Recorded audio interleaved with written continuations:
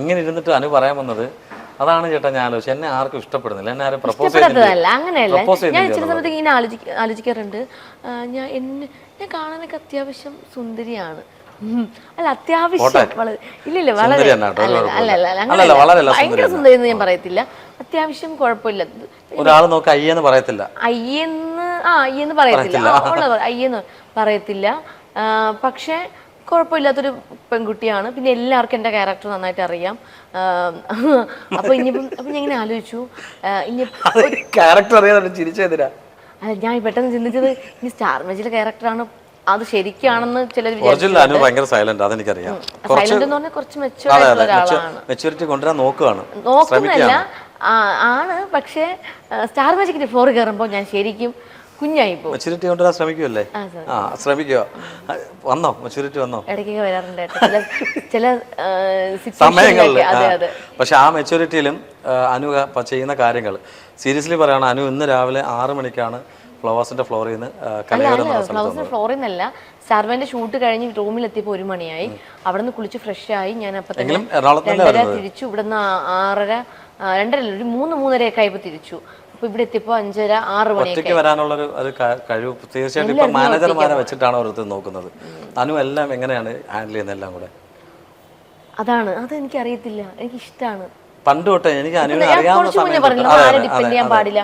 എത്ര നാൾ നമ്മൾ ഒരാളെ ഡിപ്പെൻഡ് ചെയ്ത് പക്ഷെ എന്തായാലും നമുക്കൊരു ഇണ വേണം. അത് പിന്നെയുള്ള കാര്യമല്ലേ. ആ ഇണ നാളെ കഴിഞ്ഞ് നമ്മളെ കളഞ്ഞിട്ട് പോയാൽ എന്ത് ചെയ്യും? അത് ഞാൻ പറയുന്നത് ഓരോ ലൈഫിൽ അങ്ങനെ നടക്കുന്നുണ്ട്. അതുകൊണ്ടാണ് എനിക്ക് കല്യാണം കഴിക്കാൻ പേടി കേട്ടോ. ശരിക്കും പറഞ്ഞ കല്യാണം കഴിക്കാൻ പേടി എന്ന് പറഞ്ഞാൽ, എൻ്റെ അച്ഛനും അമ്മയും പ്രണയിച്ചൊന്നുമല്ല കല്യാണം കഴിച്ചത്. പക്ഷെ അച്ഛനും അമ്മയും ഭയങ്കര ഇഷ്ടപ്പെട്ടിട്ട് പോയി ചോദിച്ചതാണ്. അത് കഴിഞ്ഞിട്ടാണ് അവർ പ്രണയിക്കുന്നത്. അപ്പോൾ എൻ്റെ അച്ഛൻ അമ്മയെ നന്നായിട്ട് നോക്കുന്നുണ്ട്. അപ്പോൾ അതുപോലെ എന്നെ നന്നായിട്ട് നോക്കണം ലൈഫ് ലോങ്. എൻ്റെ ലൈഫ് ലോങ് എന്നെ നന്നായിട്ട് നോക്കണം. പിന്നെ എന്നെ കിട്ടു പോകാൻ പാടില്ല. ഈ ഡിവോഴ്സ് അതും ഇതൊന്നും വേണ്ട. എന്തൊക്കെ ക്വാളിഫിക്കേഷൻ വേണം? ക്വാളിറ്റിയാണ്. ക്വാളിറ്റി എന്ന് പറഞ്ഞാലും ഞാൻ പറഞ്ഞില്ലേ, ഭംഗി എനിക്ക് പ്രശ്നമേ അല്ല എന്ന് പറഞ്ഞാൽ ഒരാൾ കണ്ട ഇങ്ങനെ പറയാൻ പാടില്ല. ഇങ്ങനെയുള്ള ആരും ഇല്ല ശരിക്കും പറഞ്ഞ നമ്മുടെ ലോകത്ത്. എല്ലാവരും നല്ല ഭംഗി, പ്രത്യേകിച്ച് പെൺകുട്ടികളെക്കാളും ഭംഗിയാണ് പുരുഷന്മാർക്കാണ്. അപ്പൊ ഞാൻ ഉറപ്പുള്ളതാ. കാരണം എനിക്ക് അങ്ങനെ തോന്നിയിട്ടുണ്ട്. ചേട്ടന് ഭംഗിയുണ്ട്, പിന്നെ നല്ല കാണാൻ സുന്ദരനാ. എന്താ വെച്ചാൽ നമ്മളിപ്പം പുരുഷന്മാർ മേക്കപ്പ് ഇടാറില്ല. മേക്കപ്പ് മാത്രമല്ല എന്ന് വെച്ചാൽ പെൺപിള്ളേർ എപ്പോഴും മേക്കപ്പ് ഇടുന്നില്ല. പെൺകുട്ടികൾ അവർക്ക് ഈ താടിയും മീശ ഉണ്ടെങ്കിലും അതോ മീശയൊന്നും ഇല്ലെങ്കിൽ പോലും അവർ ഉറക്കത്തിന് വന്നാലും ഭയങ്കര ഭംഗിയാ കാണാൻ, അല്ലേ? പക്ഷെ പെൺകുട്ടികൾ എന്ന് പറഞ്ഞാൽ ത്രെഡ് ചെയ്യാതിരുന്നു കഴിഞ്ഞാൽ ഐബ്രോ ഇങ്ങനെ വാരി വെച്ചതുപോലെ, എന്തോ എടുത്ത് വെച്ചതുപോലെ, ഒരു കണ്ണെഴുതിയില്ലെങ്കിൽ, ഒരു പൊട്ട് വെച്ചില്ലെങ്കിൽ, ഒരു ലിപ്സ്റ്റിക് ഇട്ടില്ലെങ്കിലൊക്കെ ഒരു ഭംഗിക്കുറവ് അവിടെ ഫീൽ ചെയ്യുന്നുണ്ട്. ഉറപ്പായിട്ടും എനിക്ക് ഇങ്ങനെ തോന്നാറുണ്ട്. അപ്പോൾ അതാണ് ഞാൻ പറയുന്നത്, പെൺകുട്ടി ആൺകുട്ടികളെ വെച്ച് നോക്കുമ്പോൾ എപ്പോഴും ആൺകുട്ടിയാണ് ഭംഗി. അപ്പൊ അതുകൊണ്ട് ഈ ലോകത്ത് എല്ലാവർക്കും ദൈവം ഓരോ ഭംഗികൾ കൊടുത്തിട്ടുണ്ട്. പിന്നെ ഞാൻ ഭംഗിയുടെ കാര്യത്തിൽ എനിക്ക് അതൊരു പ്രശ്നമേ അല്ല. പിന്നെ ഹൈറ്റ് വെയിറ്റ് ഒന്നും പ്രശ്നമില്ല, ഹെൽത്തി ആയിട്ട് ഇരിക്കണം, അത്രേ ഉള്ളൂ. പിന്നെ എന്ന് പറഞ്ഞാൽ ഡ്രിങ്ക്സും ഒക്കെ കഴിക്കാം. സ്മോക്ക് ചെയ്യാൻ ഇഷ്ടമില്ല, ഡ്രിങ്ക്സ് വല്ലപ്പോഴൊക്കെ കഴിക്കാം. പിന്നെ ഈ പറയുന്ന പോലെ സൗന്ദര്യം വേണ്ട, വേണ്ടെന്നല്ല, അയ്യെന്നല്ല, അതും കുഴപ്പമില്ല. ഭയങ്കര ഇമ്പോർട്ടൻസ് കൊടുക്കുന്നില്ല സൗന്ദര്യത്തിന്. മെയിൻ ആയിട്ട് നോക്കുന്ന സ്വഭാവം. എല്ലാവർക്കും അവരുടെ മനസ്സിൽ സൗന്ദര്യം ഉണ്ട്. പിന്നെ അപ്പൊ ആ സൗന്ദര്യത്തിന് വാല്യൂ ഇല്ല, പക്ഷെ കഴിക്കാം, അതിന് ഡിമാൻഡ് ഇല്ല. പിന്നെ അതുപോലെ തന്നെ പിന്നെ വയസ്സും പ്രശ്നമില്ല എന്ന് പറഞ്ഞാൽ എന്നെക്കാളും ഭയങ്കര വയസ്സ് മൂത്തല്ല, 5 വയസ്സിന് മൂത്ത ആള് കൂടണ്ട. 5 വയസ്സ് ഉള്ളില്ല, സെയിം ഏജ് ആയാലും പ്രശ്നമില്ല. 30-35 അപ്പൊ 30-35 ആകുമ്പോൾ സെയിം ഏജ് ആയാലും പ്രശ്നമില്ല, കുഴപ്പമില്ല. പക്ഷെ അനുവിനെ അപേക്ഷ നോക്കുകയാണെങ്കിൽ നല്ലൊരു പയ്യനെ തന്നെ കിട്ടും. പിന്നെ ബാക്കിയുണ്ട്, നല്ല സ്വഭാവം വേണം, നല്ലൊരു വ്യക്തിയായിരിക്കണം, പിന്നെ എന്നെ നന്നായിട്ട് അറിയാവുന്ന ഒരാളായിരിക്കണം, എന്നെ മനസ്സിലാക്കുന്ന ഒരാളായിരിക്കണം.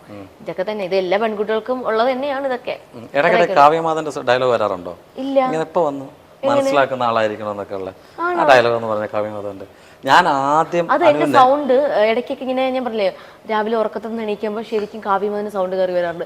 മാളു എന്റെ ചേച്ചി എന്റെ പറയും, നീ കാവ്യമതിന് സൗണ്ട് നീ എടുത്തതാണോ? അല്ല, അയ്യോ അങ്ങനെ തോന്നി. അങ്ങനെ വന്നില്ല, അങ്ങനെ സംസാരിച്ചപ്പോ അങ്ങനെ ആയില്ല. ഞാൻ അന്ന് ഇന്റർവ്യൂ എടുത്തപ്പോൾ അടിപൊളിയായിട്ടുണ്ട് അങ്ങനെയൊക്കെ പറയില്ലേ. ശരിക്കും അങ്ങനെയൊക്കെ എന്തോരം ആൾക്കാരാ ഇവിടെ ഇരിക്കുന്നത്. ശരിക്കും ഞാൻ ഞെട്ടിപ്പോയി കേട്ടോ. രാവിലെ എണ്ണിക്കുമ്പോ എനിക്കൊരു കോടി അയച്ചു തരുമോ? എന്തിനാ? കേൾക്കാനോ നോക്കട്ടെ. അതല്ല അനു, ഞാൻ ഫസ്റ്റ് ഇന്റർവ്യൂ എടുത്തപ്പോൾ ഞാൻ പറഞ്ഞിട്ടുണ്ടായിരുന്നു കാവ്യമാധവന്റെ, ഞാനാണ് അന്ന് ആദ്യമായിട്ട് എന്നോട് പറഞ്ഞത്. അന്ന് തടി ഉണ്ടായിരുന്നു. അപ്പൊ അതിനൊക്കെ ഒത്തിരി മാറ്റി മറിച്ചിട്ടാണ് അനു ഇപ്പൊ ഇത് വന്നിരിക്കുന്നത്. എനിക്ക് മനസ്സിലായത് അറിയാം. ജിമ്മില് എങ്ങനെയാ റൊട്ടീൻ എങ്ങനെയാണ്? ജിമ്മിൽ എന്ന് പറഞ്ഞാല് ഞാൻ കുറേ ജിമ്മിൽ കയറി ഇറങ്ങിയിട്ടുണ്ട്. പക്ഷെ എനിക്ക് ഞാൻ എന്ന് പറഞ്ഞാല് ഈ ആര്യനാടാണ് ഞാൻ ശരിക്കും പ്രോപ്പർ സ്ഥലം. അപ്പൊ ഇപ്പൊ ആര്യനാട് മാറി ഞാൻ ട്രിവാൻഡ്രത്ത് താമസിക്കുന്നുണ്ട്. വീട് ഇവിടെ വെച്ചു.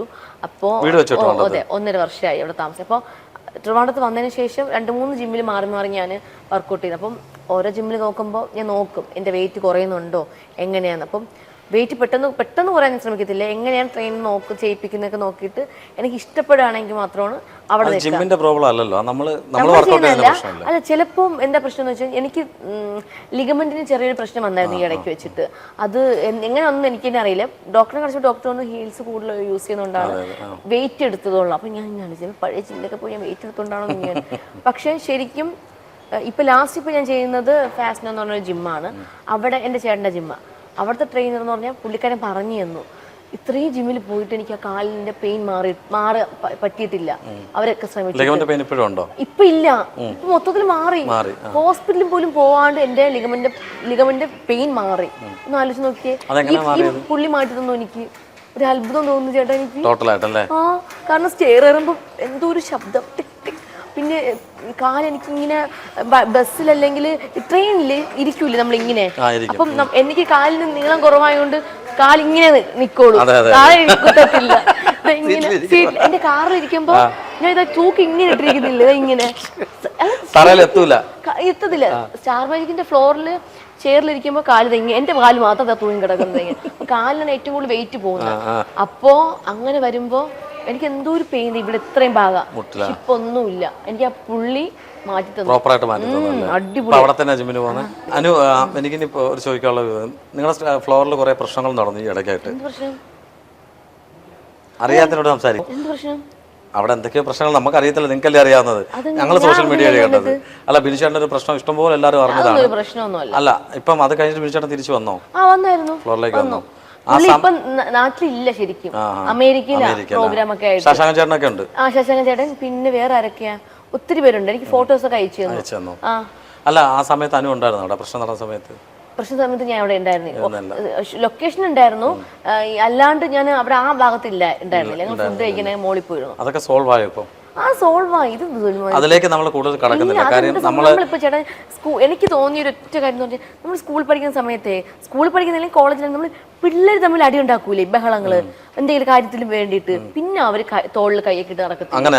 അത്രേ ഉള്ളൂ. ഇത് വലിയ സംഭവം. എന്റെ കാര്യത്തിൽ അങ്ങനെയാണ് കേട്ടോ. ഞാൻ പറയാത്ത കാര്യങ്ങളൊക്കെയാണ് പല ആൾക്കാരും. പക്ഷേ അനു പറഞ്ഞ ഒരു കാര്യമുണ്ട്, തങ്കച്ചേട്ടനോട് ഇഷ്ടത്തിലാണ് കല്യാണം കഴിക്കാൻ പോകുന്നത്.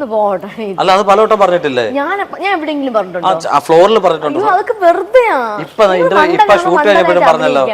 ഇപ്പൊ നമ്മുടെ പിന്നെ ഇത് ഇനാഗ്രേഷൻ കഴിഞ്ഞപ്പോ സ്റ്റേജ് വെച്ച് പറഞ്ഞില്ലേ കല്യാണം കഴിക്കാൻ പോകുന്നത്? ഞാൻ അങ്ങനെ ഒരു കാര്യമേ പറഞ്ഞിട്ടില്ല.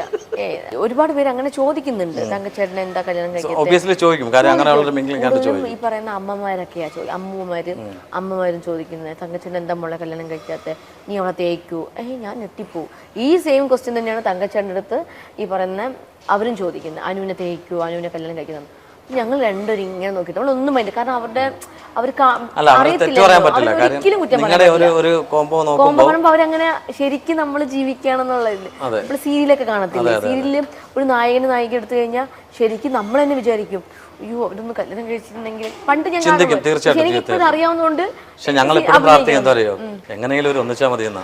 ആരൊക്കെയാ കാണുമ്പോ തങ്കച്ചേട്ടനും അനുവും കൂടെ. ഞാനല്ലെന്ന് ഓരോ അമ്മമാരൊക്കെ ഇന്ന് തന്നെ പറഞ്ഞിട്ടില്ലേ ഒന്ന് ആഗ്രഹം ഉണ്ടായിരുന്നു. ചേച്ചി ഓടിയില്ലേ? അപ്പൊ അതാ പറഞ്ഞ അങ്ങനെ ആഗ്രഹങ്ങളുള്ളതുണ്ട്. പക്ഷെ ഇനി കുഞ്ഞനുജനെ അനുജത്തെ പോലെ